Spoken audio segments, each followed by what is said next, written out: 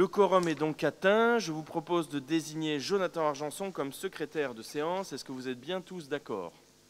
Je vois, voilà, une haie d'honneur. Très bien. Vous avez été destinataire de la liste des dernières décisions prises par le président et le bureau sur délégation du Conseil. Est-ce qu'il y a des remarques, chers collègues? Non, pas de remarques. Approbation du procès-verbal de la séance du 13 novembre. Vous avez été destinataire du PV sommaire de la séance du 13 novembre 2023. Est-ce qu'il y a des remarques, chers collègues? Pas de remarques, on passe au vote.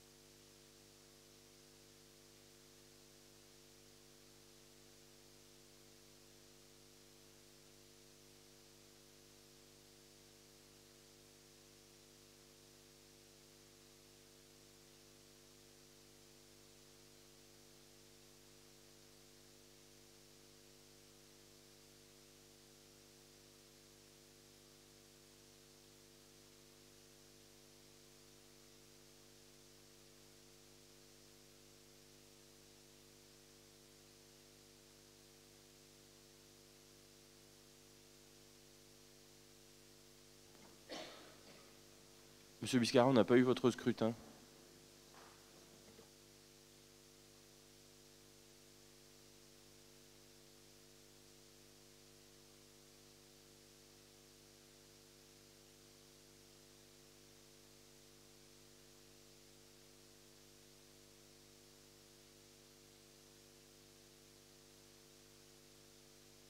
Alors, 37 votants, 33 votes, 33 pour. Le dossier est adopté. Je vous en remercie. Dossier numéro 1, délégation du Conseil communautaire au bureau, abrogation de la délibération numéro 2022-026. Et en fait, on vous propose d'attribuer un point J des délégations au bureau. C'est attribuer la compétence pour la fixation des modalités de versement de subventions. Est-ce qu'il y a des questions sur le sujet, chers collègues? Non? On passe au vote.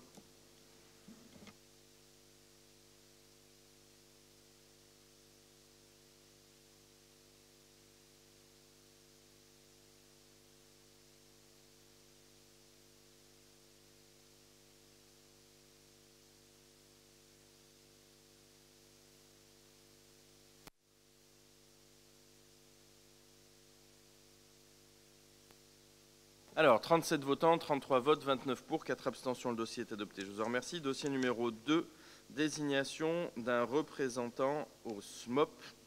Et donc, il vous est proposé de voter pour M. Régnier-Duval. Est-ce qu'il y a des questions, chers collègues? Allez, on passe au vote, du coup.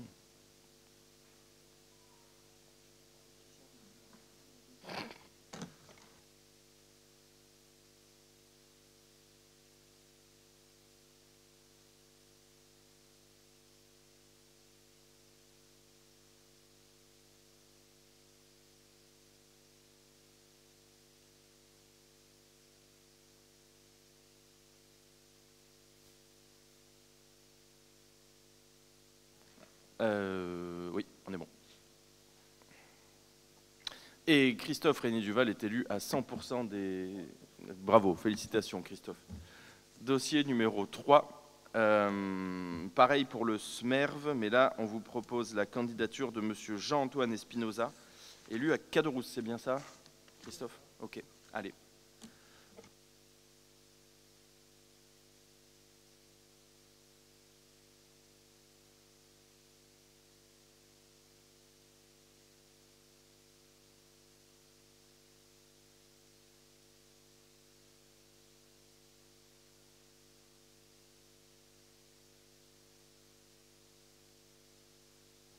Et M. Jean-Antoine Espinoza est élu à 100%, on le félicite. Dossier numéro 4, Nicolas Paget.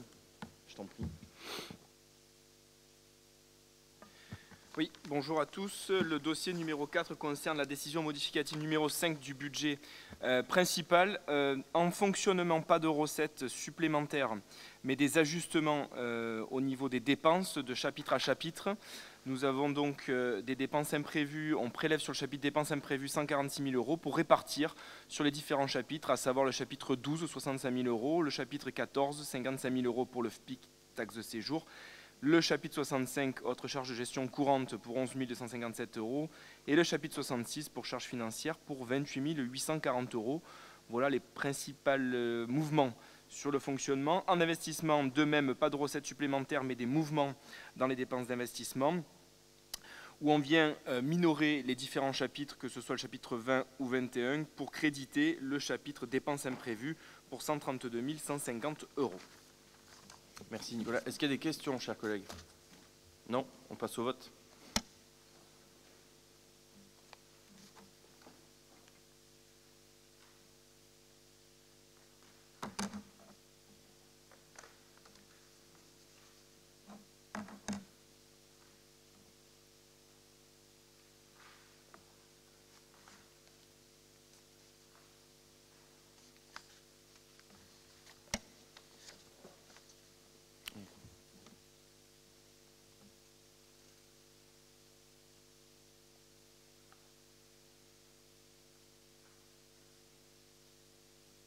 Alors, 37 votants, 34 votes, 27 pour cette abstention. Le dossier est adopté. Je vous en remercie. Dossier numéro 5, toujours Nicolas.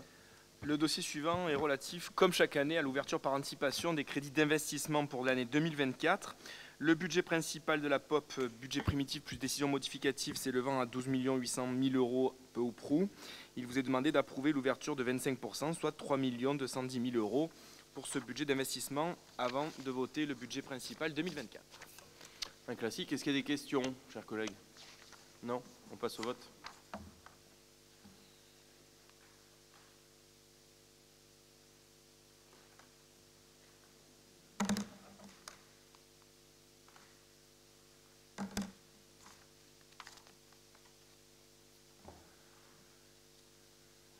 « 37 votants, 34 votes, 27 pour cette abstention. Le dossier est adopté. Dossier suivant.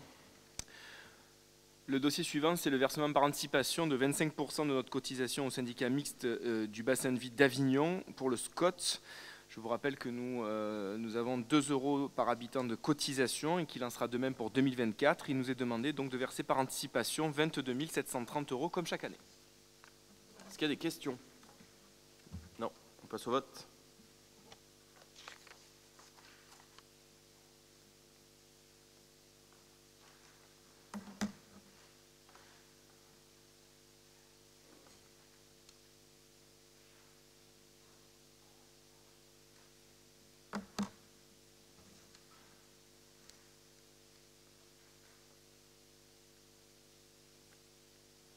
On n'a pas eu votre scrutin, monsieur Vaton?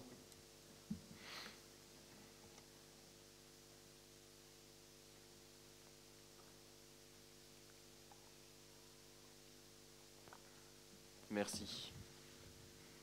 Alors, 37 votants, 34 votes, 27 pour cette abstention. Dossier suivant. Alors, le dossier suivant est une demande de la trésorerie qui nous demande de préciser le contenu du compte 6232 fêtes et cérémonies. C'est le cas dans à peu près toutes les collectivités. Le compte 6232 fêtes et cérémonies était utilisé pour intégrer l'ensemble de nos festivités et de nos dépenses en matière d'animation. Or, ce compte-là est réglementé et il ne peut contenir que les festivités liées aux cérémonies, notamment 14 juillet, 8 mai, etc. etc. Et donc, l'objet de cette délibération vient préciser ce qu'on peut trouver dans le compte 6232. Est-ce qu'il y a des questions, chers collègues? Non, on passe au vote.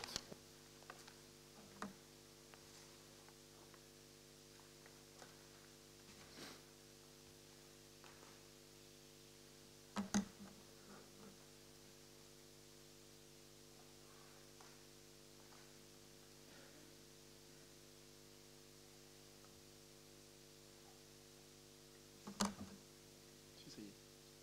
37 votants, 34 votes, 27 pour cette abstention. Le dossier est adopté, je vous en remercie. Dossier numéro 8. Le dossier suivant est relatif à la convention de refacturation de la maintenance des petits boîtiers que vous avez entre les mains. La clé de répartition est proposée comme telle, 50% de la dépense supportée par la ville d'Orange et 50% de la dépense supportée par le pays d'Orange en Provence. Il vous est donc proposé la refacturation à la ville d'Orange telle qu'il est précisé. Est-ce qu'il y a des questions, chers collègues? Non. Il n'y a pas de petites économies. On passe au vote.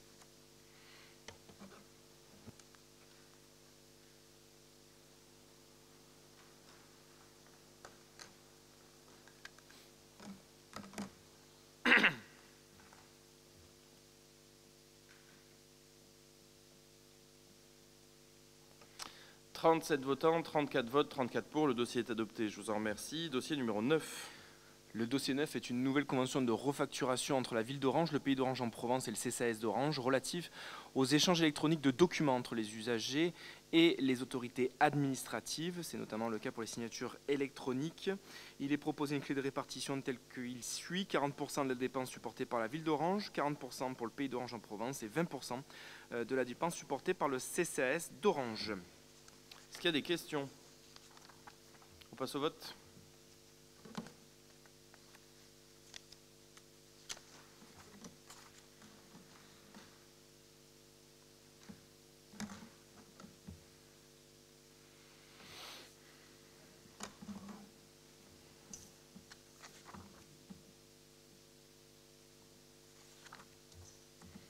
Monsieur Vaton, s'il vous plaît. Merci. 37 votants, 34 votes, 34 pour. Le dossier est adopté. Je vous en remercie. Dossier numéro 10. Nouvelle convention de refacturation, cette fois-ci liée au système d'information.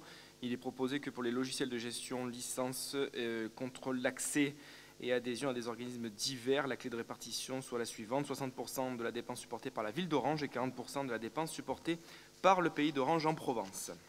Est-ce qu'il y a des questions? On passe au vote.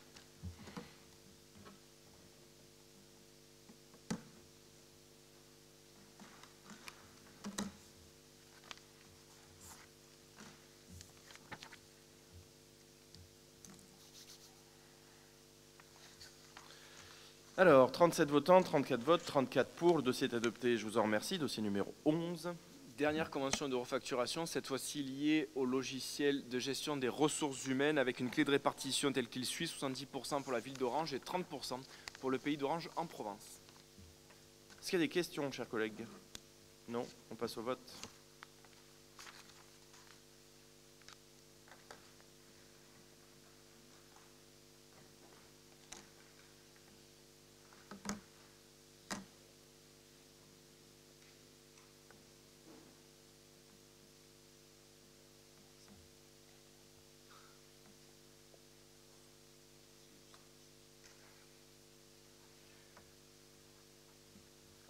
« 37 votants, 34 votes, 34 pour. Le dossier est adopté. Je vous en remercie. Dossier numéro 12.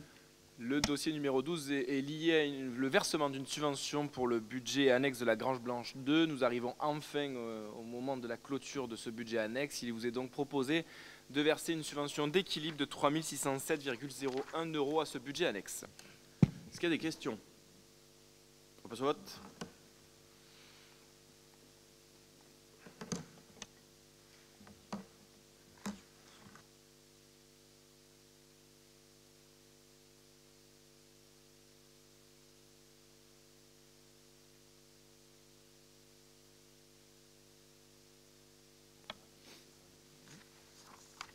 Alors, 37 votants, 34 votes, 27 pour, 7 abstentions. Le dossier est adopté. Je vous en remercie. Dossier numéro 13. De même que pour le budget principal, il vous est demandé de vous positionner sur l'ouverture par anticipation des crédits d'investissement 2024 du budget annexe gestion des déchets. Le budget primitif plus décision modificative s'élevant à 2 264 000 €. Il vous est demandé d'autoriser l'ouverture anticipée des crédits pour 566 000 €. Est-ce qu'il y a des questions, chers collègues? Non? On passe au vote.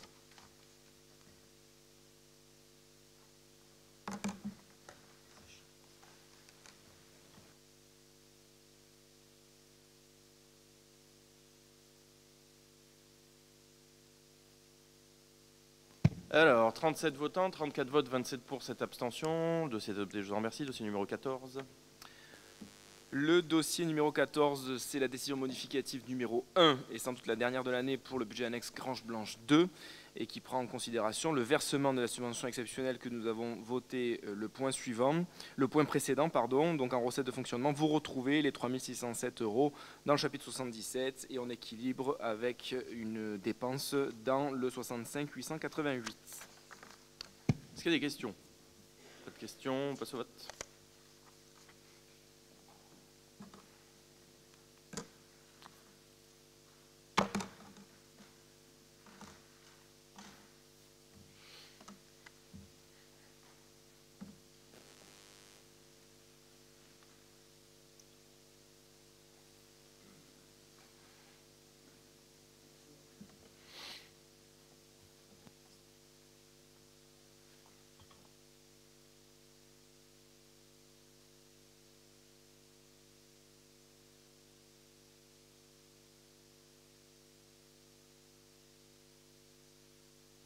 37 votants, 34 votes, 27 pour, 7 abstentions. Le dossier est adopté, je vous en remercie. Dossier numéro 15. Le dossier 15 est relatif à la décision modificative d'une ampleur exceptionnelle pour le budget annexe de l'eau. Pas de recettes supplémentaires, mais en exploitation, un mouvement de chapitre à chapitre de 61,61 € du chapitre 67 au chapitre 66. Est-ce qu'il y a des questions? Non?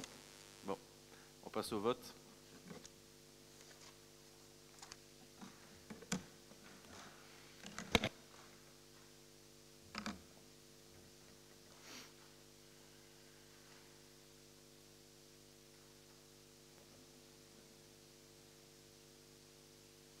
Alors, 37 votants, 34 votes, 28 pour, 6 abstentions. Le dossier est adopté, je vous en remercie. Dossier numéro 16.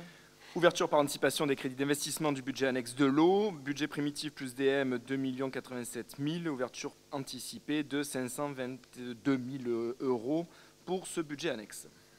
Est-ce qu'il y a des questions? Pas de questions. On passe au vote.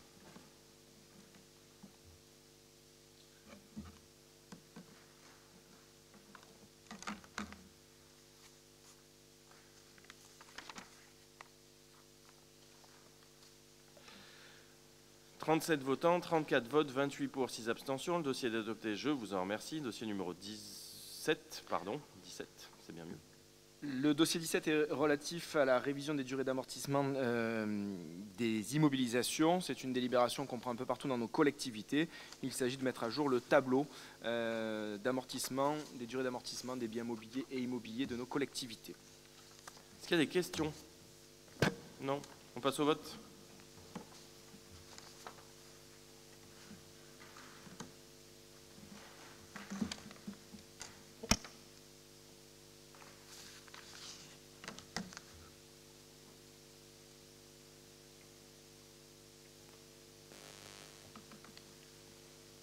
« 37 votants, 34 votes, 34 pour. Le dossier est adopté à l'unanimité. Je vous en remercie. Dossier numéro 18. Décision modificative numéro 3 du budget annexe assainissement. Pas de mouvement sur l'exploitation. Par contre, en investissement, quelques mouvements de compte à compte. C'est une DM qui s'équilibre à 0. C'est des mouvements de chapitre à chapitre. En recette, on a un mouvement dans le chapitre 41, dans les opérations patrimoniales. Ce ne sont que des réajustements de compte. Idem sur les dépenses. Nous avons des réajustements entre les chapitres 21 et 23 et dans le chapitre 41 pour 81 000 €. Est-ce qu'il y a des questions? On passe au vote.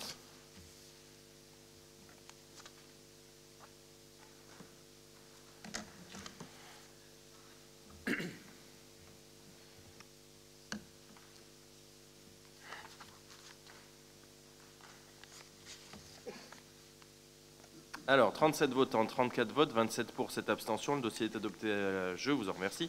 Dossier numéro 19. Ouverture par anticipation des crédits d'investissement pour le budget annexe de la mobilité cette fois-ci, avec un budget total de 133 000 €, une ouverture par anticipation d'environ 33 410 €. Est-ce qu'il y a des questions, chers collègues? Non? On passe au vote.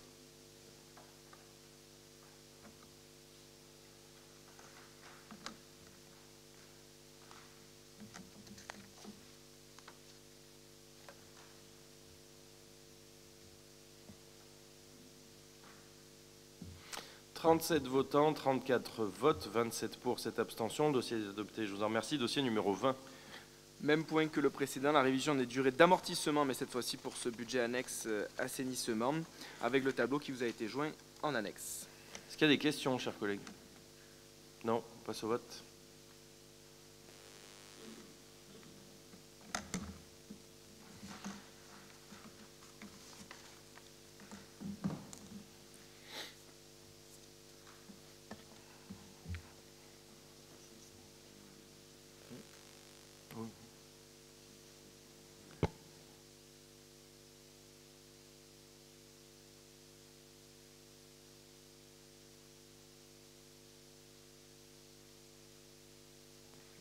Madame Arsac, on n'a pas eu votre scrutin. C'est Jonathan qui vous... Je le connais. Très difficile de l'avoir. Merci. 37 votants, 34 votes, 34 pour. Le dossier est adopté à l'unanimité. Je vous en remercie. Et dernier dossier pour Nicolas, numéro 21.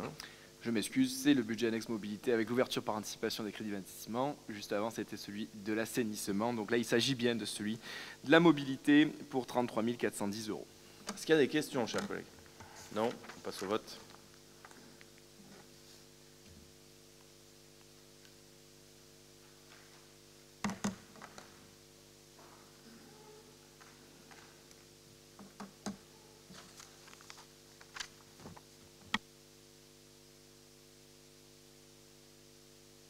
Jean-Pierre, on n'a pas eu ton vote, s'il te plaît. Marcel non plus. Jonathan, arrêtez de déconcentrer votre collègue, s'il vous plaît. Mais j'en doute pas, c'est pas la question. Mais quand même. Alors, merci. 37 votants, 34 votes, 28 pour, 6 abstentions. Le dossier est adopté, je vous en remercie. Dossier numéro 22, Claude Avril. Oui, messieurs, dames, bonjour. Voilà, il s'agit du renouvellement de la convention d'objectifs 2024-2026 entre le Pays d'Orange en Provence et le Pays d'Orange en Provence Tourisme. En sorte, clarifier, renouveler nos missions. Je vous rappelle que, notamment l'Office de tourisme, a en charge de mener un certain programme d'action, et notamment l'accueil, l'information, la promotion, la commercialisation, la coordination des acteurs du tourisme, l'accompagnement aussi, de plus en plus, des politiques communales et intercommunales à caractère touristique, mais aussi, vous le savez, le recouvrement de la taxe de séjour, qui n'a de cesse, tant mieux selon les bonnes années, d'augmenter, ce qui permettra justement de réduire les montants de la subvention allouée à l'Office de tourisme, en démontrant que nous sommes bons élèves pour un territoire qui sait accueillir de la ressource. Voilà, donc ces missions d'accueil, d'information au titre de la promotion. Vous savez qu'on favorise des partenariats avec des acteurs locaux du tourisme, avec les hébergeurs, les restaurateurs, les transporteurs, les sites, les monuments, mais qui restent encore à améliorer, à approfondir. Nous faisons éditer des documents, papier, numériques, qui permettent de promouvoir et de valoriser le territoire et ses acteurs économiques. Nous avons mis en place un site internet, compagnie de Valérie, aussi des acteurs qui soient un peu mieux adaptés et traduits notamment en anglais. Il a fallu un peu de temps, mais néanmoins maintenant ça fonctionne bien, et à terme aussi en plusieurs langues. Nous participons à des salons qui peuvent être utiles ou des manifestations en lien avec l'accueil touristique.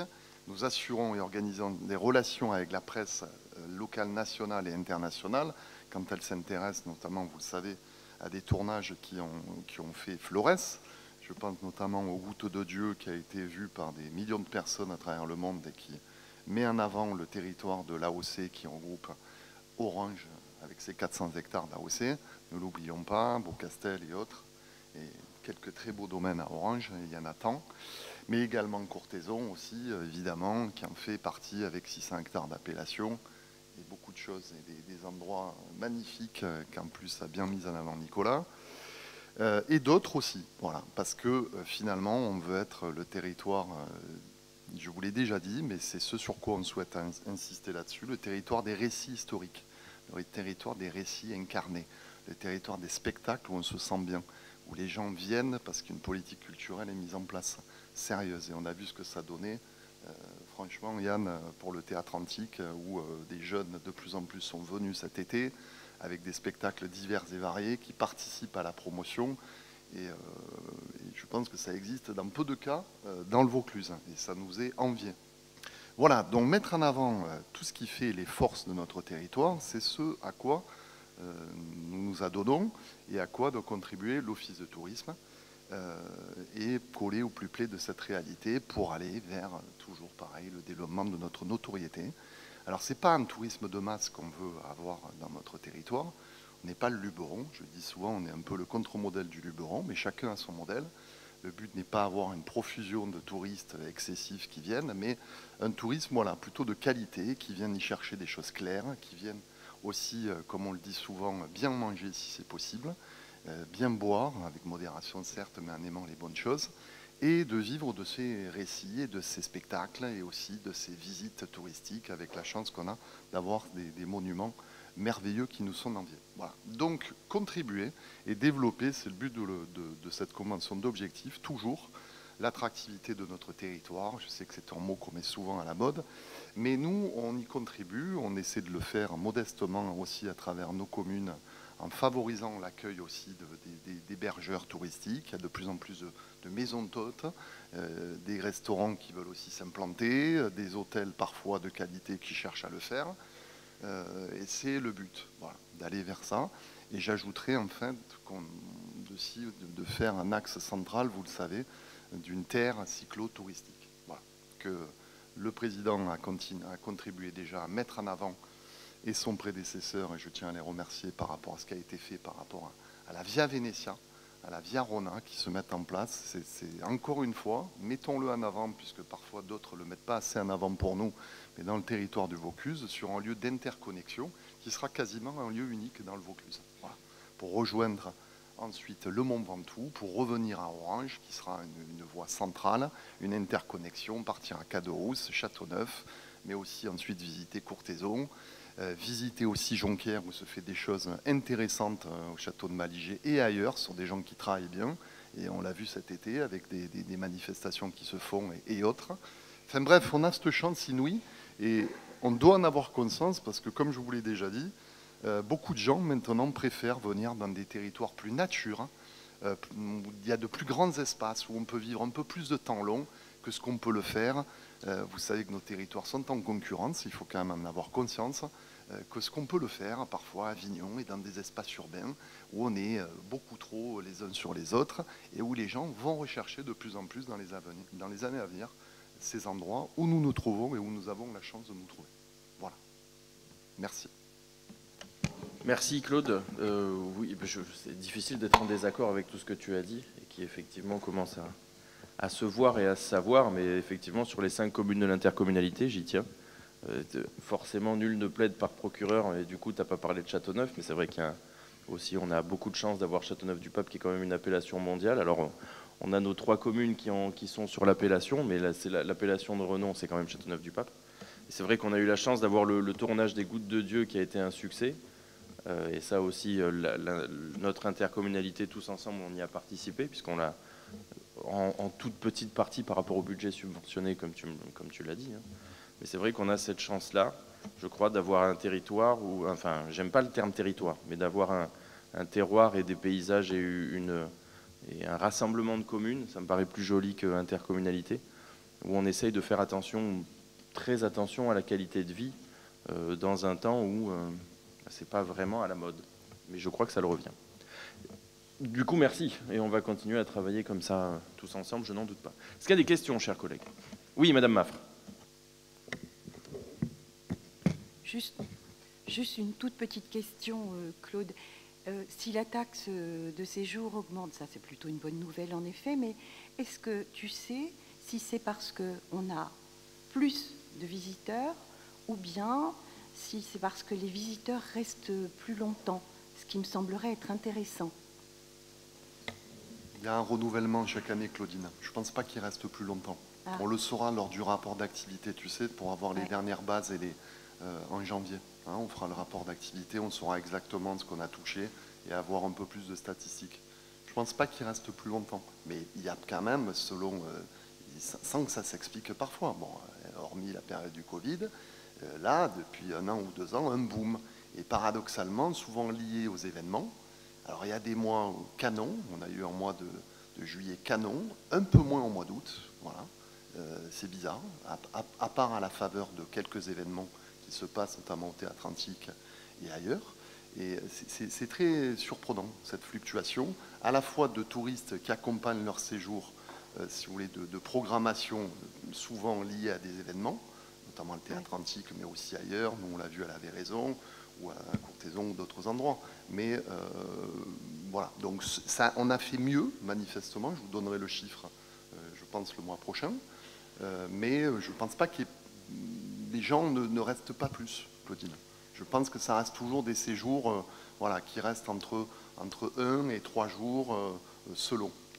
Alors, si vous permettez, justement par rapport à ce que... Tu imagines bien que ma question n'est pas...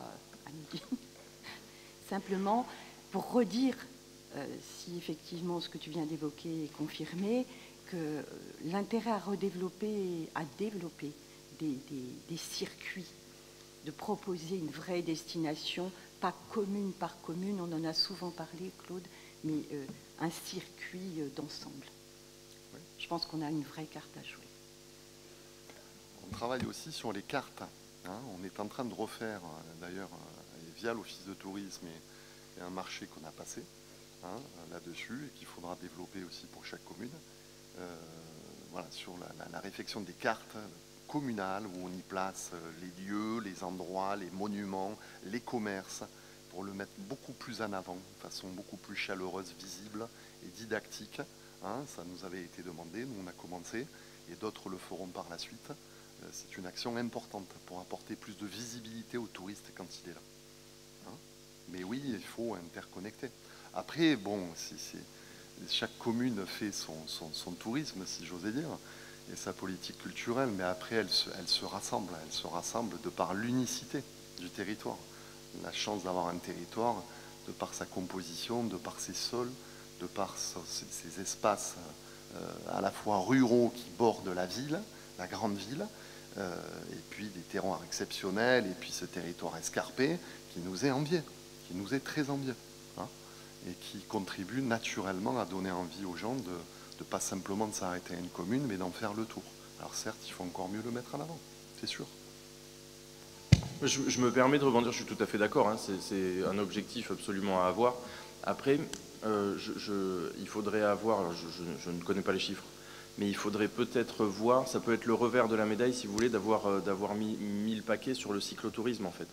Parce que le cyclotouriste, qui est plutôt un tourisme carte bleue, qui ne va pas forcément pouvoir prendre du stock, quand on les voit, parce qu'on a commencé à les voir assez massivement cet été, je parle pour Orange, je ne parlerai pas pour les autres communes, mais je pense que c'est à peu près pareil. En fait, c'est effectivement des gens qui vont... C'est des sportifs quand même, mine de rien, de haut niveau, même s'ils ne sont pas forcément déclarés. Et donc les faire s'arrêter, c'est peut-être pas forcément leur tourisme à eux. Donc à mon avis, c'est un objectif à atteindre. Mais je pense qu'avec le cyclotouriste, c'est pas forcément celui qu'on arrive le plus facilement à sédimenter. Donc ça peut être le revers de la médaille, mais ce qui n'empêche pas que le tourisme doit être de diverses formes. Mais comme on est comme l'a dit aussi Monsieur le maire de Châteauneuf, comme on va être le point unique d'entrée dans le Vaucluse entre la Via Rona et la Via Venezia, forcément on risque d'avoir un cyclotourisme beaucoup plus développé que les autres, à mon avis. Ce qui n'empêche pas que l'objectif peut être à conserver aussi. Est-ce qu'il y a d'autres questions, chers collègues? Non? On passe au vote, du coup?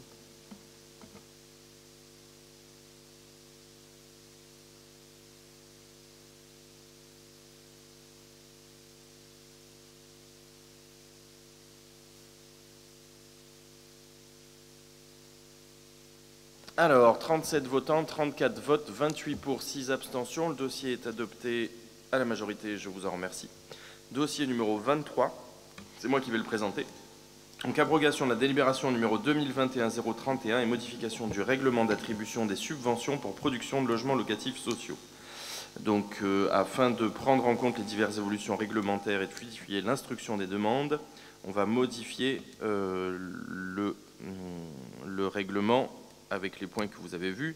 Donc, intégrer l'ARE 2020, ajouter l'éligibilité des opérations de démolition-reconstruction, préciser la définition des droits de réservation, fluidifier le circuit de validation et de raccourcir les délais d'instruction, et mettre à jour le nom de la communauté de communes, c'est effectivement important. Voilà. Est-ce qu'il y a des questions, chers collègues, sur le sujet? Non? On passe au vote.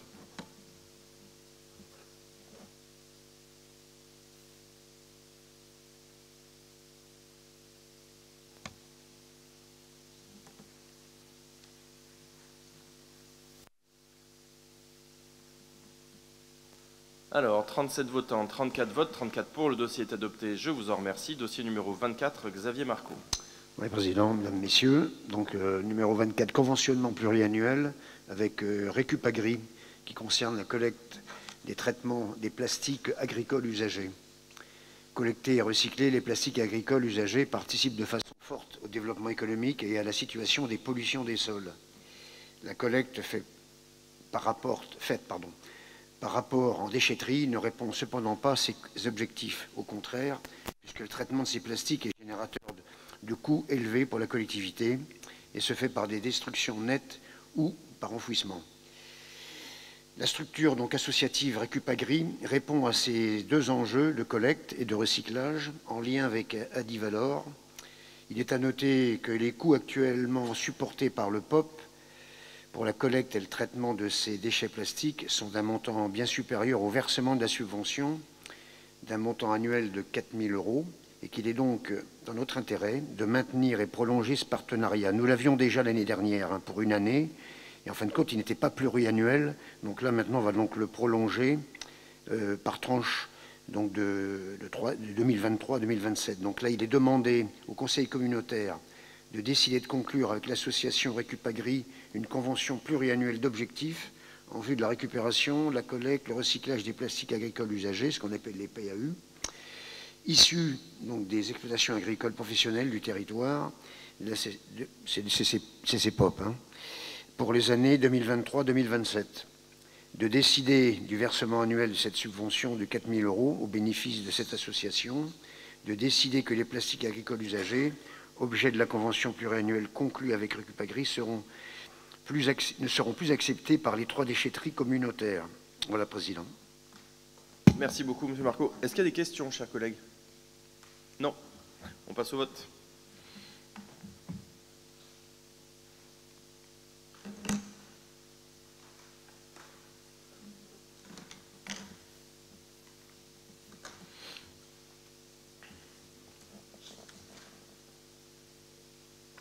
« 37 votants, 34 votes, 34 pour. Le dossier est adopté à l'unanimité. Je vous en remercie. Dossier numéro 25, toujours Xavier Marco. Donc, toujours, oui, conventionnement pluriannuel pour 3 ans avec Citeo pour le soutien de la lutte contre les déchets abandonnés diffus.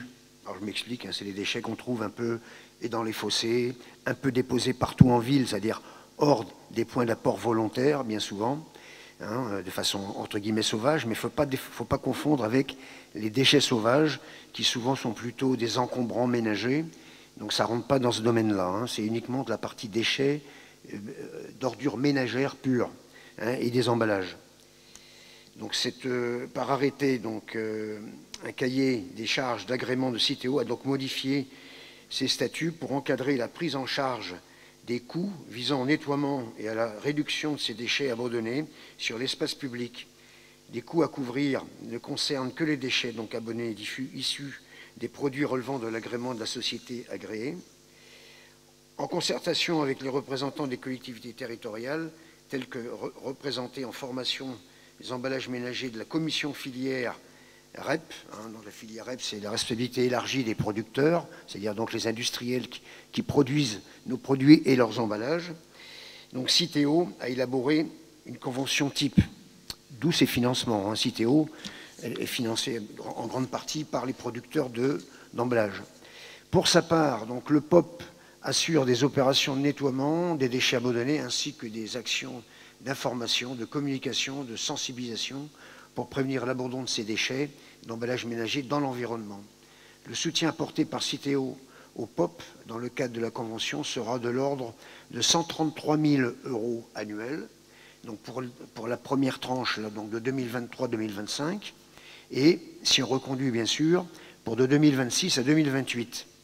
Il est donc demandé au Conseil communautaire de décider de conclure avec Citeo une convention pluriannuelle de 3 ans de soutien pour la lutte contre les déchets abandonnés diffus, que vous avez en pièce jointe, d'approuver le modèle de convention type, tel qu'annexé dans la délibération, et d'autoriser le président ou tout vice-président habilité à signer par voie dématérialisée la dite convention de soutien pour la lutte contre les déchets abandonnés diffus avec Citeo, pour la période allant donc du 1er janvier 2023 jusqu'au 31 décembre 2025. Voilà, Président.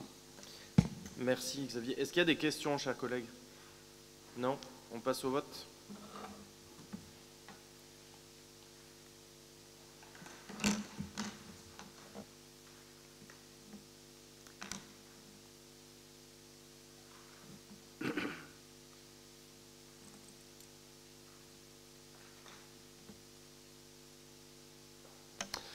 37 votants, 34 votes, 34 pour. Le dossier est adopté à l'unanimité. Je vous en remercie. Et dernier dossier, toujours Xavier Marco. Oui. Donc c'est le dossier 26, un contrat régional d'équilibre des territoires, hein, c'est ce qu'on appelle le CRET, de nouvelle génération entre la région Sud-Provence, Alpes-Côte d'Azur et le bassin de vie d'Orange. Donc il y a effectivement cette convention est mutualisée avec la CCAOP. Hein. Voilà, donc convention et autorisation de signature pour le président. Donc le POP, dans le cadre de l'élaboration de son projet de territoire, a contractualisé avec la région à travers un contrat qui s'appelle Nos territoires d'abord. Le contrat repose sur un volet stratégique et sur un volet opérationnel, et chaque projet mentionné dans la programmation fera l'objet d'une demande de subvention spécifique auprès du président du conseil régional. Donc le CRET, en cours, signé entre la région, le POP et la CCOP, arrive à son terme. Un nouveau contrat, donc Nos territoires d'abord, sur le même périmètre, doit être présenté à l'assemblée plénière du conseil régional. Les services du POP et de la CCOP ont proposé une liste de projets sur l'ensemble du territoire des 2 communautés de communes constituant le bassin de vie d'Orange. Chaque projet mentionné dans la programmation fera l'objet d'une demande de subvention spécifique auprès du président de la région. Il est donc demandé au conseil communautaire d'approuver le contrat Nos territoires d'abord, intégrant les ambitions du plan climat. Gardons une cote d'avance entre la région PACA et le bassin de vie d'Orange et ses annexes, telles qu'annexées dans la présente délibération. D'autoriser le président à signer le contrat et l'ensemble des pièces se rapportant à la présente délibération. Voilà, Président. Merci. Est-ce qu'il y a des questions, chers collègues? Non, on passe au vote.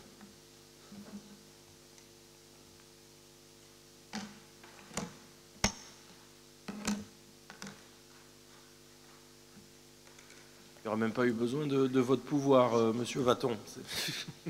Oui, ben oui. Ça a été rapide aujourd'hui. Hein. Mais je remarque une chose quand même. Allez-y. Le faire à 9 h du matin comme ça, je vois beaucoup d'absents et beaucoup de pouvoir parce qu'il n'y a que les retraités qui peuvent venir. C'est pas vrai, en plus. Vous êtes mauvaise langue, voilà.